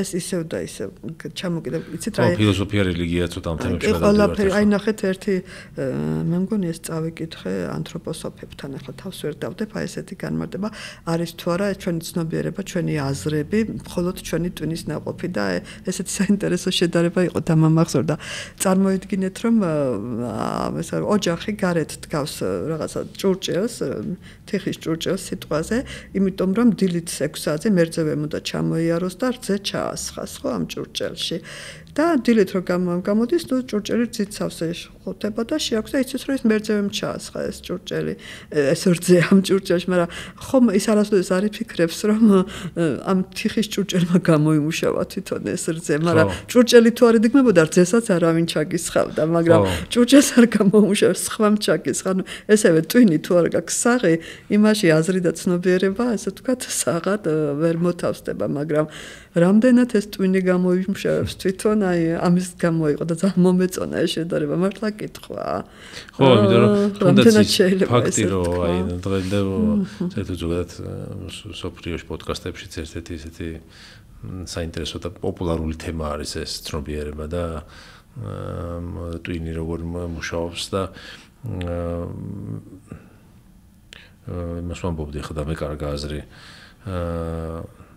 ხო ან თუნდაც ის ფაქტი რომ აქამდე პირდაპირ კავშირის დადგენა ვერ მოხერხდა ეგეც ძალიან საინტერესო მათ მიმაჩნია მომენტად რომ აი თითქოს ერთ შეხვედრით მეცნიერებას უკვე უნდა ქონოდა ამაზე პასუხი იმდენი რაღაცა ვიცით ადამიანზე მაგრამ მაინც ესეთი გადაჭრითი პასუხი არ არის რომ ტვინის ნაყოფია ეს იმიტომ რომ თქვათ აი თუნდაც ეს ფაქტი რომ ტვინის ესეთი ძლიერი მოშლა და ვარქვათ თუ პრობლემა აქვს ტვინის მაგრამ რაღაცა მაინც რჩება რაც არის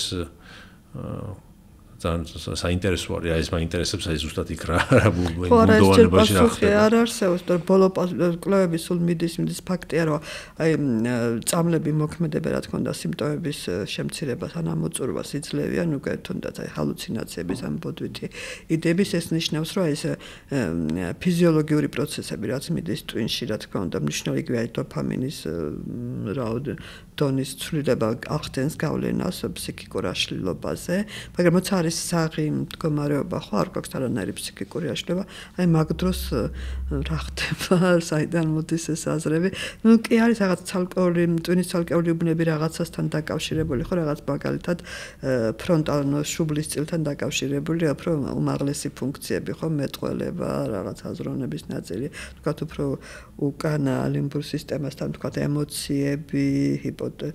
ნუ აი რაღაც ესეთი რაღაც, მაგრამ მარტო ისინი რო არ მოგთქვათ კოორდინაცია და რაღაც ნებელობაზე. ნუ რაღაც არის რაღაც ესა დაყოფა გარკვეული, მაგრამ ეს არ არის აი მარტო აქ და მარტო ეს და აი მაინც ეს გარდამავალია ეს ყველა. მე ხო ხდება ის შემთხვევები არის აღწერილი, რომ ადამიანმა თქვა ტვინის ნახევარი რაღაც ტრამვის გამო დაკარგა და მაინც გააგრძელა. კიდევ ნახევარი შეითვისა ეს ფუნქციები. ანუ გადანაწილება პლასტიურია ტვინის საკმაოდ, ნეირონები საკმაოდ ნეიროპლასტიურობა არსებობს და ამიტომ ეს სარკისებრნი აი ძალიან ბევრი რამე ჯერ კიდევ ბურუსითაა მოცული, არ ვიცით, იმიტომ რომ აი ვიღაც ამბობდა ესეთი გამოთქმაც გამახსენდა, როგორ შეიძლება ტვინმა საკუთარი თავი შეიძლება თქვა ხელისტით შეისწავლის, ხო ვერ აი თომ ტვინმა ტვინი როგორ უნდა შეისწავლოსო და ნუ რაღაც ესეთი არა. ხო, აი კი ეს მე შეიძლება მეკითხება მაგაზე, იმიტომ რომ ან ვართ რაღაცა ატომების გროვა ვართ, ეგეც ვართ. ხო, ანუ ეს აუცილებლად ვართ, მაგრამ ან მარტო ეს ვართ, ან კიდე რაღაცა. მაგრამ მარტო ატომების გროვა ვართ, რომელმაც უცებ დაიწყო ფიქრი და თავის გამოკვლევა და რაღაცების ის გაუჩნდა ფიქრები და რაღაცა ეს მიჭირს ძალიან ძნელად რომ მივიდე ატომების გროვადან იქამდე რაც არის ადამიანი რა ძალიან დიდი ის არის იერარქიული კონტინუუმის ცნება არსებობს ესეთი თეორია, როცა ყველა დაბალი დონე, ანუ ქვედა დონე განიცდის ზედა დონეზე გავლენას. ზედა დონე არის, ანუ თქვათ, ზეგრას ნიშნავს, თქვათ, საწკეული ქსოვილები ქმნის ორგანოებს, ორგანოები ქმნის ადამიანის სხეულს, ადამიანის და ესე პიროვნება მე ოჯახი და რაღაც ესე. ანუ ზედა დონე არის ქვედა დონეების ჯამი, მაგრამ უფრო მეტია ვიდრე ქვედა დონეების უბრალო ჯამი. ანუ ეს ადამიანი არის აი ამ ჩვენი ორგანოების და რაღაც ყველაფრის ჯამი, მაგრამ პიროვნება უფრო მეტია ვიდრე ამათი უბრალო ჯამი. აი ეს უფრო მეტი საიდან არის? ან თეორიაში ხო, პრინციპში ამასაც შევეხეთ, რომ რაღაცა აი თანამედროვე თუ ხედავთ, რომ იყოს ისეთი ეპოქა, რომ აი მივიდეთ იქამდე, რომ ფსიქიკური პრობლემებით თლიანად დაიმორჩილოს მედიცინა და შეძლოს განკურნება და ვარქვათ. იცით რა ამაზეც ნაცვლად ხო ველაპარაკეთ, აღდგენა დღესაც შესაძლებელია, ხო თქვათ 3-დან 1 შეიძლება სრულად აღდგეს, ხო? კარგი პროცენტია, მაინც მე თუ მკითხავთ, ხო 3-დან 1, როცა განუკურნებლად იქნება. ხო, ეს შიზოფრენის შემთხვევაში, მაგრამ აი სხვა ფსიქიკური პრობლემების შემთხვევაში. იცით რა, ნახეთ აქ სულ ტერმინები, აი რას დავარქმევთ გამოჯამთრებას, რას დავარქმევთ დაავადების არარსებობას. აი წინათ შეიძლება რაღაცას დაავადება არ ერქვა. ნახეთ, აი დაავადება როგორ განისაზღვრება. როცა აი ეხლანდელი განსაზღვრებაა, ხო, ეს იმასთან რომ რაღაც კეთილ ხება და ისე, როცა ფუნქციონი რაღაცა რაც გაწუხებს გიშლის ფუნქციონირებაში ხელს და სოციუმში ჩართულობაში გიშლის ხელს, ან გაყენებს ტანჯვას. ამ შემთხვევაში ეს არის დაავადება და მას ჭირდება მკურნალობა. თუ არ გიშლის ფუნქციონირებაში ხელს და ტანჯვას არ გაყენებს, ეს აღარ არის დაავადება. თუ ხა ისეთი გახდება საზოგადოება, რომ აი განსხვავებულ ადამიანებს მისცემს აი ესე ცხოვრების საშუალებას, როგორც მას უნდა.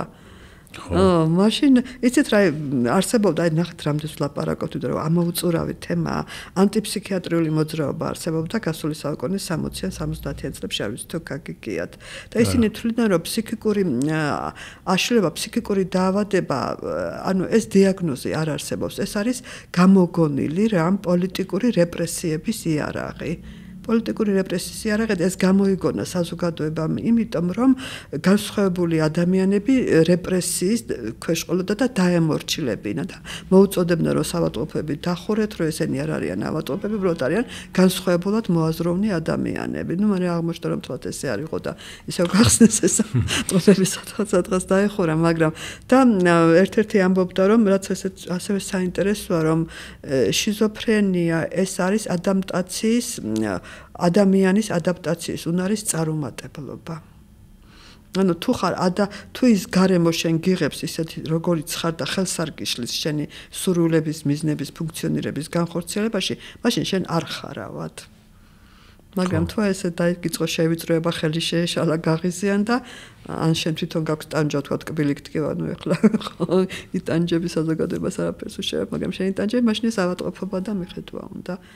აი ამის მიხედვით გეუბნებით, აი თუ ფსიქიკური აშლილობები თუ იქნება ისე რომ მაინც შეძლებს ადამიანი ფუნქციონირებას, ადეკვატურ ფუნქციონირებას მის გარემოში, მაშინ აღარ იქნება. ამ დიაგნოზის მქონე ადამიანებს თუ ეხმარება თქვათ სხვადასხვა სულიერი პრაქტიკები. იქნება ეს რაღაც რელიგია თუ რაღაცა ანუ მეტი ყურადღების მიქცევა, მეტი ყურადღების დათმობა სულიერ ცხოვრებას თუ ესეც ინდივიდუალურია. უფრო ეხმარება ვიდრე ხელს უშლის, თუმცა არის ხოლმე შემთხვევები, როცა არა ალბათ ეხმარება, იმიტომ რომ მოთმინებასაც, სწავლის მორჩილებასაც მნიშვნელოვანია რომ მიყვე ამ ინსტრუქციებს, რაც სჭირდება შენი დაავადების მართვას, ხო? ხშირად მღვდლებს ვიხმარ, მე თვითონ მომიხმარია, რომ პაციენტისთვის ეთქვათ, რომ დაემორჩილე, თვითონაც მიგზავნიან. ბევრი შემთხვევა მქონდა, ბევრი ჩემი ნაცნობი მოძღვარი პაციენტს მიგზავნის ხოლმე, თვითონ მირეკავს და მეორე მაგთხოვს მიიღე, მე დრო ხვდებიან, როცა დრო აი მოძღვართან უფრო მიდიან ვიდრე ექიმთან პირველ რიგში, სხვა სპეციალობის ექიმებს აღარ ვლაპარაკობ და თუ მოძღვარი ისეთია, რომ არ გონია, რომ ყველაფერს თვითონ მიხედავს, ისინი პირიქით უშვებენ და მათ ემორჩილებიან და მოდიან ფსიქიატრებთან და არ არის ცუდი, როცა რაღაც რელიგიურ კონფესიებთან საქმე აქვს ჩვენს პაციენტებს. გააჩნიეს როგორი მოძღვარი დახვდება, რა თქმა უნდა, თუ ეტყვის, რომ ეგეთი იშვიათად, მაგრამ არის, რომ წამლები გადაყარე, მოდი მონასტერში და ემორჩილე წესებს, აქ განთავისუფლდები. იყო შემთხვევები სუიციდის და ასე შემდეგ ამ დროს, ხო? არ უნდა იყოს შენ თავზე ესე მკვეთრად, ან როგორც მინიმუმი მის მკურნალ ექიმს დაუკავშირდი, კითხე რა შემთხვევაა და ნუ იმის მიხედვით გადაწყვეტე, ხო? თუმცა ზოგადად რა თქმა უნდა, კარგი, მაგრამ აი სადღეისოდ ჩემი გამოცდილებით პირიქით გიგზავნიან პაციენტებს და გთხოვენ რომ მიეხმარო, როცა მივა პაციენტი პირველად მათთან ამაზე სალაპარაკოთ. თქვენ პრაქტიკაში თუ იყო ესეთი შემთხვევა, რომ ასეთ შემთხვევაში ესეთი პაციენტი, რომელმაც რაღაც დიდი ცვლილება მოახდინა თქვენ წარმოდგენაზე, ფსიქიკაზე იქნებოდა თუ ეს თქვენ პროფესიაზე, რომელსაც ან დღემდე პასუხი გაუცემელი დარჩა ეს შეკითხვა, ან რაღაც ესეთი ამ მოვლენა პაციენტი თუ გაგახსენდებათ ახლა, ვინმე ესეთი. იცი რა მე მოდი ვიტყვი ცოტა თამამი განაცხადი კი მე ამ პროფესიაში ეს პროფესია ჩემი სრულად ავირჩიე ჩვეულებრივ სამედიცინო ინსტიტუტის სამკურნალო ფაკულტეტი დაამთავრე ყველგან შემეძლო წასულიყავი მაგრამ ეს სფერო ავირჩიე გარკვეული მოსაზრებების გამო ეხლა ამაზე აღარ ვილაპარაკებ მაგრამ დღემდე ვარ კმაყოფილი რომ მე ეს გავაკეთებ მიუხედავად იმისა რომ თვითონ პროფესიაც სტიგმატიზირებულია გაგიგიათ იმიტომ რომ შემხვდები იყო ხოლმე წინათ შეკითხვა რა პროფესიის ხართ უცხო ნუ ვამბობდი ექიმი ნუ თუ ჩამაცივდებოდნენ რომელი ექიმი ნუ კაი ფსიქიატრი არ ვამბობდი და უიმე მოგვიყევი რა რამე სასაცილო შენი პრაქტიკიდან ან ვაიმე არ გეშინია მე რაღაცა და შემდეგი ესე ამბობენ რომ ფსიქიატრების მერები თავიანთ პაციენტებს ემსგავსებიან მე მოვაყოლებდნენ ღიმილით და ლაიტად ანუ სტიგმატიზირებულია პროფესია სამწუხაროდ ხო მაგრამ მე დღემდე კმაყოფილი ვარ და მადლიერი ვარ ჩემი საკუთარი თავის რომ ეს პროფესია ავირჩიე იმიტომ რომ აი ხო როცა კარიერის ბოლოსკენ ვარ წასული ხო ვთვლი რომ ჩემმა პაციენტებმა მე გამხადეს თავიანთი მაგალითებით უკეთესი ადამიანი.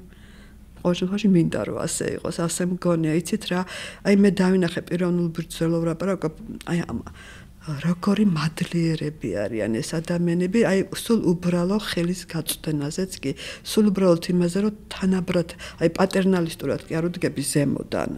არამედ აი თანაბრად ელაპარაკები, სთხოვ, უხსნი, განუმარტავ რაღაცებს, რომ მათ ეს საკლია ძირთად, შენ ავათხარ მე რასაც ოჯახში, საზოგადოებაშიც ეს მოდის, კაი კაცო შენ რა ჭკუა არ გაქვს საკმარისი როგორ უნდა მიხვდე და როგორც კი მასთან შეხვალ თანასწორ დიალოგში როგორ კმაყოფილები და მადლიერები არიან. ანუ აქვთ აი პიროვნული მადლიერება, აი გადმოიღურება ხოლმე ამ ადამიანებიდან და ცდილობენ რაღაცით გასიამოვნონ თვითონაც პატარა საჩუქრით, სიტყვით, რაღაცა წერილით, აი შენახული მაქვს პაციენტებთან მოცონილი და თან როცა გიყვებიან თავიანთ ისტორიებს, აი ხვდები რომ რამდენად უფრო გაგიმართლა ამ ცხოვრებაში, რომ შენ ფსიქიკურად ჯანმრთელი ხარ და პირიქით მკურნალობ, ანუ შენ თვითონ ხდები უფრო მეტად მადლიერი და მადლიერების განცდა და უნარი რომ იყო მადლიერი არის ძალიან მნიშვნელოვანი რამ იმისთვის რომ ადამიანი იყო უბრალოდ ხო ადამიანი იყო მადლიერება არის ძალიან ადამიანური თვისება და აი რომ შეადარებს შენს მდგომარეობას მათ მდგომარეობას აი ესეთი ისტორიები ანუ აი მართლა გული ამოგივარდება რა გეტკინება გაგეგლიჯება ადრე სულ მახსოვდა ხოლმე ყველა ისტორია ეხლა ვცდილობ რომ დავივიწყო ვერ უძლებ ამდენ ტკივილს, რამდენი ტკივილის დატევას, მაგრამ ხვდები როგორ გაგიმართლა. აი ყველა ვწუწუნებთ ხო რაღაცაზე, რაც კიდე კარგად იყოთ რაღაცა, ნუ აი ეს რატო დამემართე, ეს რატო არ არის, მაგრამ რო გაგახსენდება ეს ადამიანები, რომელსაც არაფერი არ დაუშავებიათ. კარგი ადამიანები არიან, მაგრამ რა გადაიტანეს კატასტროფა, ხო, დაენგრათ ცხოვრება. იმ ავადმყოფობის გარ, რომელშიც თვითონ წვლილი არ მიუძღით, რომელიც გამო რაღაცა ესე მოხდა მოწყვლადობა. ქონდათ სხვანაირი, აი ხდები მადლობელი სამყაროსი და რაღაც უფრო კარგი ადამიანი ხდები, ესე მგონი. ანუ აი ეს ვისწავლე ჩემი პაციენტებიდან, რომ იყო მადლიერი ცხოვრების, რაც მოგეცა და რომ არ მოგეცა ის, რაც მათ და როგორ არ უნდა იწუწუნო რა, იმიტომ რომ შენზე ბევრად უფრო მძიმე მდგომარეობაში ყოფილი ადამიანები არიან, რომლებიც მაინც ცდილობენ, რომ იცოცხლონ, გააგრძელონ, იარსებონ. და შემთხვევები უამრავი იყო, შენახული მაქვს მე პაციენტების წერილები, რაღაც მოძღვნილები, აი ეს უნდა ნახო რომ მიხვდე ვისთან გაქვს საქმე. აი შინაგანი ბუნება სადაც ჩანს. თორემ იცით რა, აი მარტო სიმპტომებზე რო ილაპარაკო და ახმები გესმის, აბა იმაზე რას ფიქრობ, ვინმე დაგდებს, ვინმე გითვალთვალებს. აქ ადამიანს ვერ ხედავ, აქ ხედავ მარტო სიმპტომებს. კი ეს უნდა იცოდე რომ სწორედ უმკურნალო, მაგრამ იმის იქით ვინ დგას, ის უნდა დაინახო.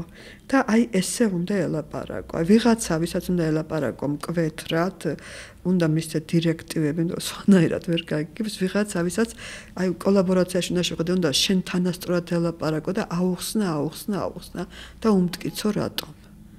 რომ დააჭერო, აი ძალიან ინდივიდუალურია მიდგომა და ძალიან ისე როგორც ყველა ადამიანის ფსიქიკა უნიკალური, დაავადებაც უნიკალურია ყველა ადამიანში და ამიტომ მიდგომაც უნიკალური, ანუ პიროვნებაზე მორგებული უნდა იყოს. ეს არის სერვისები, თანამედროვე სერვისები არის პიროვნების საჭიროებებზე მორგებული უნდა იყოს და არა პიროვნება მოარგო იმას, რაც გაქვს. ჩვენთან ეგ ხდება, პიროვნებას ვარგებთ იმას, რაც გვაქვს. უნდა იყოს პირიქით, პიროვნების საჭიროებებზე უნდა იყოს მორგებული დახმარება. აი არ ვიცი უამრავი შეიძლება ილაპარაკო ამ თემებზე, აი რა გითხრათ. ხო, ახლა კიდე ბუნებრივად მივადექით პოდკასტის ბოლო ტრადიციულ შეკითხვას. რა არის ცხოვრების აზრი? მაგრამ მანამდე კიდე ახლა რაც ვისაუბრეთ, აქ კიდე ხო არის იყო რამე თემა, რაც შეიძლება შევხებოდით. თემასთან დაგრამ ხوار გამოგჩა. აი რა ვიცი რა გითხრათ ახლა ხო გითხრათ შიზოფრენია ის ისეთი თემა რომ თითოეულ თემაზე შეიძლება ცალკე პოდკასტი ჩაწერო. ხო მაგრამ აი რაც ვისაუბრეთ ამ კონტექსტში რამდენი ხო არის თქმაც მოგინდა. ხო ჩვენ არ გვისაუბრია სიმპტომებზე რაღაცას, მაგრამ მაგაზე ბევრი საუბრობს იგივე YouTube-ის არხებზე და ნუ ბოლბურა სიმპტომები და რაღაც ეს მაინც ექიმების საქმე და დიაგნოსტიკა როგორ ხდება და ასე შემდეგ და ეს ვისაც გვინდოდა ალბათ გამოვიდა მე მგონი ხო. მაგრამ მე მინდა ხო აი ოჯახზე კიდე მინდა ვთქვა რომ აი ოჯახზე არ გვილაპარაკია. თავიდან არიან ძალიან ჩართულები, როცა ავად არის ადამიანი და დადიან ამრამ ფულსაც ხარჯავენ, სხვა ექიმთან დადიან, რომ იქნებ იმან სხვა რამე მითხრას და მე წლები რო გადის და თან თუ პროგრესირებს დაავადება, ხელს იქნევენ უკვე და აღარც გამოყავთ ხოლმე ცდილობენ რომ საავადმყოფოს მიაბარონ, ასე ვთქვათ და დაისვენონ, ან ხო მე ამათი უფლებები ირღვევა, აი უფლებებზე არ გვილაპარაკია, უამრავი უფლებების დარღვევის მაგალითი მაქვს და დღემდე სამწუხაროდ ესე ხდება. აი კი არიან უფლებადამცველი ორგანიზაციები, მაგრამ ვერ წვდებიან ყველა შემთხვევას და ყველა შემთხვევა მაგამდე არ მიდის. აი მაგალითად, სულ ელემენტარული რაღაცაც ხდება და რასაც საზოგადოება ალბათ ამართლებს, თქვათ ორი ძმა. ერთი გახდა ავად შიზოფრენიით, ხო, ნუ რამოდენიმე სტაციონირება ქონდა, მეორე ძმა ჯამთელია, დაოჯახდა, ნუ შეეძინა შვილები, აქვთ ერთი, ნუ ერთ სახლში ცხოვრობდნენ, 3 ოთახიანი კორპუსის ბინა. ჯამთელი ძმა გამრავლდა, შვილებიც წამოიზარდნენ, ეს ავადმყოფი ძმა რო გამოყავს რაღაცა დისკომფორტს ქმნის რა, მაინც თავისი ჩვევები აქვს, ხილნას ჰოსპიტალიზმი არის, კიდე ბევრი რამის ლაპარაკი შეიძლება დაარსებოს ეს ჰოსპიტალიზმის ცნება, რომ მიეჩვიათ და სხვანაირ ყოფას, იმიტომ რომ ხშირად არის ავადმყოფოში და რაღაცნაირად იმდენად სუფთად ვერ დადის, ისე ვერ ლაპარაკობს, ისე ერევა რაღაცებში არ უნდა ერეოდეს, რომ დისკომფორტს ქმნის. ამიტომ აღარ გამოყავთ ავადმყოფოდან და რაღაც მარცხდება, იმიტომ რომ ეს ჯამთელი ძმა თავისი ჯამთელი შვილებით საჭიროებს ჯანსაღ გარემოს და ეს ადამიანი ურევს ამ ყველაფერს და სტრესავს ხო ამ ჯამთელ ოჯახს. ამიტომ ის უნდა იყოს ან საავადმყოფოში, ან თავშესაფარში. ხო, აი ხო საზოგადოების თვალში თითქოს ლოგიკურია, მაგრამ მეორე მხრივ ეს ბინა ხო ორი ძმა იყო თანაბრად ეყო არის ხო მათთვის თანაბრად ეკუთვნოდათ, ასე ვთქვათ, მემკვიდრეობაზე თუ ვილაპარაკებთ. არა, ის იგნორირებულია, იმიტომ რომ ავად გახდა და მუდმივად არის სადღაც, ხო, ინსტიტუციაში გამოკეტილი და ეს აგრძელებს ცხოვრებას, ხო, იმიტომ რომ ჯამთელიაო. აი ძალიან ელემენტარული და უამრავი კიდევ ბევრი რამის თქმა შეიძლება. მეც მოქვს ეგეთი შემთხვევები, მაგრამ ვერაფერს ვერ შურები. უკვე რაღაცა იურიდიულად აი ერთი პაციენტი მყავს, რომელსაც მარტოხელაა. კი ყავს ვიღაც ნაცსები, მაგრამ იმათთან არ ურთიერთობს და ამიტომ ეს არის ერთ-ერთი მაურჩია, რომ მოდი ვიღაცას დაპირდი, რომ ბინას მისცემ, როცა აღარ იქნები შენ და მოგხედოს. და ეს ქალი დათანხმდა რა, რადგან ახლა პენსია რამდენია გასაგებია და იმით ვერ გატიხარ ფონდს, ხო? და მე რომ ვკითხე, მოდის ხოლმე ჩემთან პერიოდულად, რომ აი პატრონობს ეს კაცი და რამდენჯერმე მითხრა რომ არა, აი იშვიათად მოდის, ან თითქმის არ მოდის და მე ვთხარი, მე დაიბრუნე მეთქი შენი, აღარ უთხრა მეთქი, ანუ მე ვფიქრე რომ ჩუქება გაუკეთა რა, ჩუქების გაუქმება შეიძლება თქო და იქნება გაუქმო თქო და ვიღაც სხვა ნახო, ვინც უფრო ყურადღებიანი იქნება და აღმოჩნდა რომ ეს ნასყიდობით ასე გაუფორმებია საბუთები, რომ მithom მიყიდა. და ვეღარასოდეს ვეღარ დაიბრუნებს ამას. ან იმ კაცს შეუძლია დღესვე გააგდოს იმ ბინიდან, იმიტომ რომ აქ ნასყიდობის უფლება. რეალურად კაპიკი არ გადაუხდია. ნეტობა ცოტა კაი ადამიანია, დიდ ყურადღებას კი არ აქცევს, მაგრამ არც აგდებს თავისი ბინიდან, ხო? აი ესეც საკითხებში ჭირდება დახმარება. აი ბინის თუ ბინა აქვს, აი ყველა ესე გარშემომყოფები რაღაც დადარაჯებულები არიან, ისეთი განცდა მაქვს. ერთი პაციენტი ყავდა, ქონდა ქალაქის თბილისის ცენტრალურ ქუჩაზე 60 ოთახიანი ბინა. ვერ უვლიდა, სარემონტო იყო, მაშინ დღის ცენტრში დადიოდა, გადაწყვიტა გაეყიდა. იქ ჩვენი სოცმუშაკი ჩაერთო, გააყიდვინა და აყიდვინა 2 ოთახიანი ბინა, სხვაგან უფრო პერიფერიაზე და დარჩენილი ფული შეატანინა ანგარიშზე, რომ რაღაც პროცენტებით ეცხოვა, მაგრამ აი ერთმა მისმა ეგრეთ წოდებულმა მეგობარმა მოახერხა და $3000 მაინც წაგლიჯა ამ ფულიდან, მithom ეს ესყად აღარდა. კაი ჯანდაბას ეს გადავიტანეთ. მე ეს ჩვენი პაციენტმა შეწყვიტა დღის ცენტრში სიარული რაღაც პერიოდი, ახლა ძალით ვერ ვატარებდით.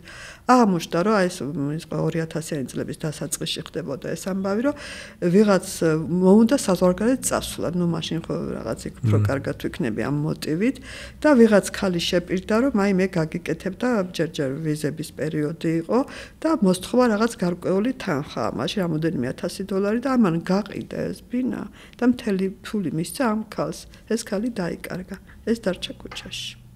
აი ესეც საკითხები, იმიტომ რომ ჩვენ აღარ მოგმართ, ახლა მას რა თქმა უნდა არ დაუშვებდეთ სპეციალისტები. აი ესე იყენებენ ჩვენ პაციენტებს, ანუ ეს ჩვენი პაციენტები კი არ არიან საშიშები და გაუთვლელები, საზოგადოება მათ ვართ საშიში და გაუთვლელი, ესე იჩაგრებიან ძირითადად.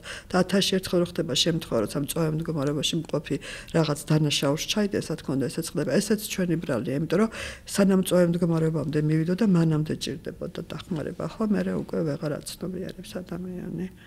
ეს იშვიათი შემთხვევები, აი საზოგადოების დამოკიდებულება და ეს ხარში დგომა და დახმარება იურიდიულში ყოფით საკითხებში, ბენეფიტების მიღებაში, აი ეს ყველაფერი სჭირდება და მას სჭირდება შესაბამისი სერვისები.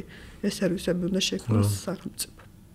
გრანტები თქვნიდით, ეხლა სადღაა გრანტები, აგენტები ვართ. ისაც ქონდა ხო?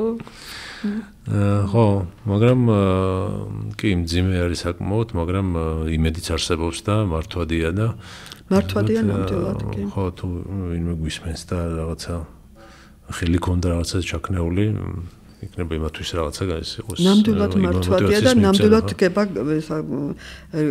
გაჯანსაღება, ნამდვილად გება აღდგენა, ნამდვილად შესაძლებელია. ხო.